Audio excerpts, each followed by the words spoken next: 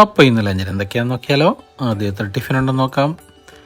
അപ്പം നമ്മൾ thermal tiffin കരിയറിലാണ്. അപ്പം എല്ലാ ടിഫിനും ഓൾറെഡി കാണാം. 1, 2, 3, 4 ടിഫിനുണ്ട്. 4. അപ്പം ഇത് യെല്ലോ റൈസാണ്, അല്ലെങ്കിൽ മഞ്ഞച്ചോറ്. ബാസ്മതി റൈസാണ് ഉപയോഗിച്ചിരിക്കുന്നത്. ഇച്ചിരി ലെമണും ഉണ്ട്. പപ്പടം എടുത്തു.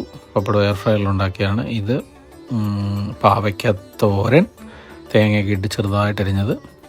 ഇത് തൈരല്ല, സാലഡ്, കക്കടി, ക്യാരറ്റ് ഒക്കെ ഇട്ട് എന്തോന്നും താഴെ പോയി. ഇത് അവരയ്ക്ക കൊണ്ടാട്ടം. അപ്പോൾ അതൊന്ന് എയർ ഫ്രയറിലിട്ടതാണ്. പക്ഷേ അതിനത്ര വേവ് പോരാ. മറ്റേ ക്രിസ്പി അല്ല, കണ്ടോ തണുത്തിരിക്കുന്നു. അയ്യോ, വലിയ പാടാ. വേവ് കറക്റ്റായില്ല. നാരായണപ്പം ഒരു ചിരി. എന്തായാലും തൈര് നാരായണ എടുക്കാം. അപ്പം പാലക്കാടൻ ഫുഡാണ് ഇത്.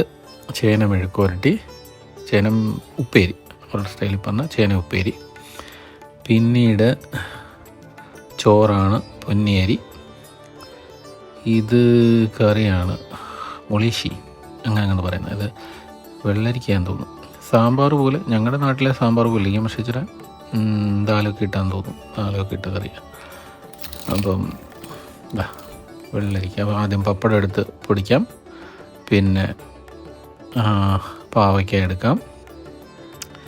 പിന്നീട് ചേന മെഴുക്കുവരട്ടി ഫേവറേറ്റാണ്, നല്ല ടേസ്റ്റിയല്ല ചേന മെഴുക്കുവരട്ടി എടുത്ത് കഴിഞ്ഞാൽ. ഇതാണ് വെള്ളരിക്ക കറി, തക്കാളിക്കൊക്കെ ഇട്ടിട്ടുണ്ട്. ഇത് സാലഡ് ഞാൻ ഉണ്ടാക്കിയ, എല്ലാം ഉള്ളി, തക്കാളി, ക്യാരറ്റെല്ലാം അരിഞ്ഞിട്ട്, പച്ചമുളകൊക്കെ അരിഞ്ഞിട്ട് നല്ല സാലഡ്. അപ്പോൾ എല്ലാം കൂടെ മിക്സ് ചെയ്ത് കഴിച്ച് നോക്കാം.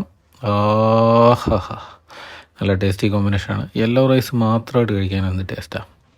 കൂടി വന്നൊരു പപ്പടവും ഇച്ചിരി തൈരും ഉണ്ടെങ്കിൽ യെല്ലോ റൈസ് ബെസ്റ്റ്.